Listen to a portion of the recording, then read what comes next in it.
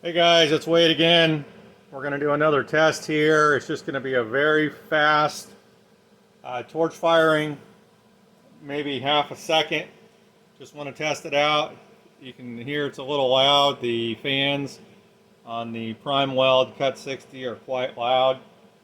So here we go. We're going to do a real quick test fire and then that'll be it.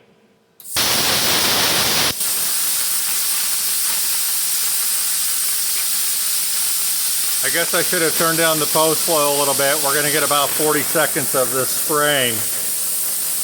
But as you can see, that was successful. Had a nice